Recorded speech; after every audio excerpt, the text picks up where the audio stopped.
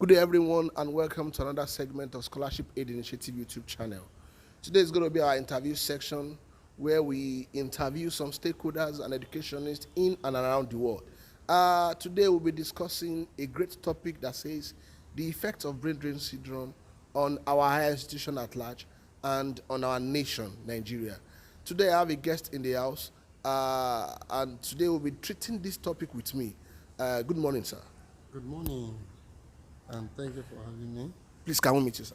I'm Bankole Samuel, and the Dean of Student Affairs, Harvard College of Science, Business and Management Studies, Abeokuta. Thank you very much, sir. Sir, like I said the other time, that we'll be discussing the effect of brain drain syndrome on our higher institution and our nation, Nigeria, at large. Sir, can you please tell us the meaning of brain drain? Okay, thank you. As the name implies, brain drain, it just means the leaking of the brain. And you know, without the brain, the body cannot function. That's where all the signals that control the whole body comes from. The brain drain simply means, in a national term, it means human capital flight. When the people you have trained, you have invested in, the skill, your skill, labor, your academics, they begin to move. Your professionals begin to leave your own geographical location to another geographical location to where they will be able to use the knowledge they've gathered. That is brain drain in one word. It's human capital flight. Thank you very much, sir. Looking at that definition, okay, what could be the causes or factors of brain drain syndrome? Thank you. There are few, or there are many. It's a multifaceted problem. But I will zero in on three. We look at the political environment. The political environment control the security. The political environment control the business atmosphere.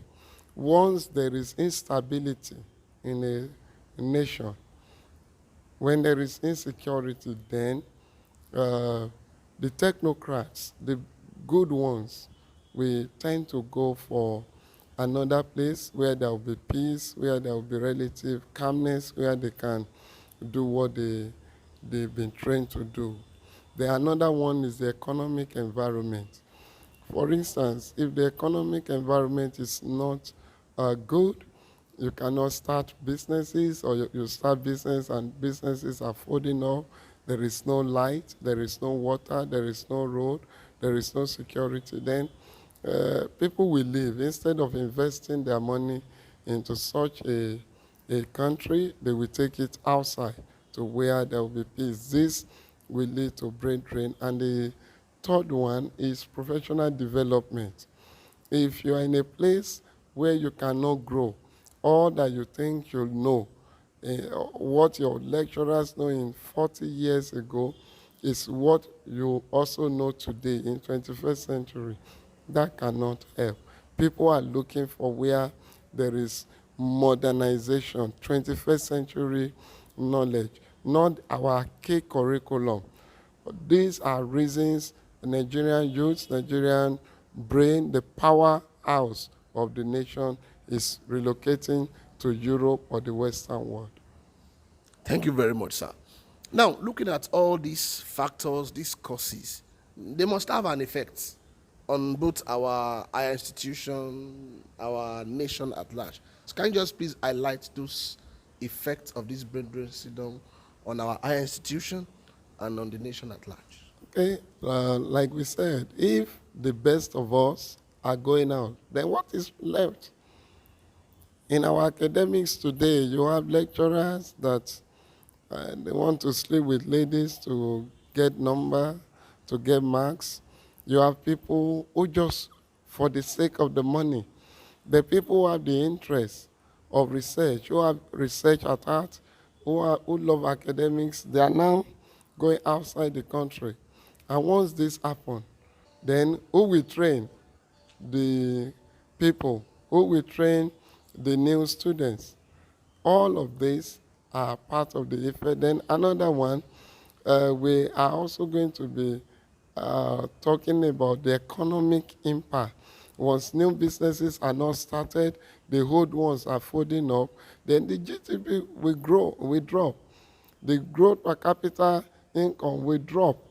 Then all we need to do is to ensure we retain. And once we are not retaining our good ones and the new businesses are not starting, the old ones are folding up, then there will be poverty. That's why we have the issue of insecurity, we have the issue of banditry and all of that, because the economy is not working. And this is as a result of brain drain. And then we could have other other effects like general lack of patriotism, because people are feeling disgruntled. People are not happy with the country. You see a very heated environment. Everybody is angry at the other person. Why? Because they are on the edge. They are on the edge. People who should start businesses are not starting. People who own businesses are folding up. Then what happens? You see anger everywhere. That is just few of the impacts or effects of brain drain. Mr. Bankole Uju, the Dean of Student Affairs, Harvard College of Business and Management Sciences, thank you very much for coming to our program today. Now, looking at all these effects, now what could be the possible solutions for this problem? Oh, thank you. The solutions are not rocket science. For instance, look at scholarship aid initiative. The brain behind it is just an individual who wants to make a difference. And the president of America once asked, stop asking what America can do for you. Ask what you can do for America. And you can see through this scholarship aid initiative organization, he has actually been able to take a lot of youths out of the streets, give them quality education, some skills. You see him doing all of this with his team, and it's laudable. Then if we could have about 10, 20 Nigerian airlines who will invest in the youth, who will invest in human capital development, this we will ameliorate all these effects we're talking about. Another one is let you create job. The people here should create job. And how will you create a job? Start by first training people, empower people, not by just giving people food and give them motorbike. In Nigeria, politicians begin to give motorbikes, give grinding machine, all in the name of contesting for election. And you will say you are empowering people. You don't empower people, you only create more poverty. You only create more hooliganism in the streets. What we should be doing is to be intentional, to deliberately start empowerment program, skill acquisition programs, start schools. For instance, we have another person, a very industrious son of Ekiti, Dr. Adebayo Oluwatosin, who started in Harvard, the CEO of Intellectual Harvard Group. He established Harvard College of Science, Business and Management Studies. We have Penn Harvard College of Nursing and Midwifery. We have Penn Otner College of Health Science and Technology. We have Pentophone Enterprises and the Harvard Fashion Schools, Harvard Printing, all of this. And look at what people are paying there to acquire those knowledge. They are peanuts. Everything is subsidized. If we have our billionaires, our millionaires going out to start such a program, we will scratch the economic impact of this brain drain and we'll be able to even leverage on it. If people, if Europe, America think the training our people are receiving is good enough to work in their nation, then let's invest into training. Let's invest in our human capital development. And with this, we begin to export rather than seeing it as a human capital flight. Rather, it will become a means of generating income for us. I think this and many more are ways. And the government should create an enabling environment. There should be political stability. There should be our politicians, our government should look at what to do with the issue of security. People should be able to sleep with their eyes closed.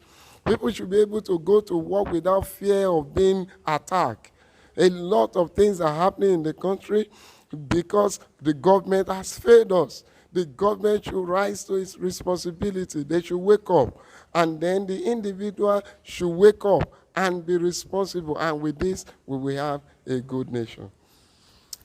Mr. Bankole Ojo, thank you very much for all these points you've raised for us. It's good having you here, sir.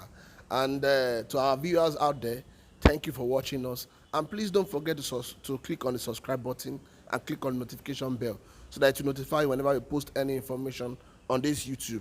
And lastly, don't forget that 2022 Scholarship Aid Initiative application form is still on.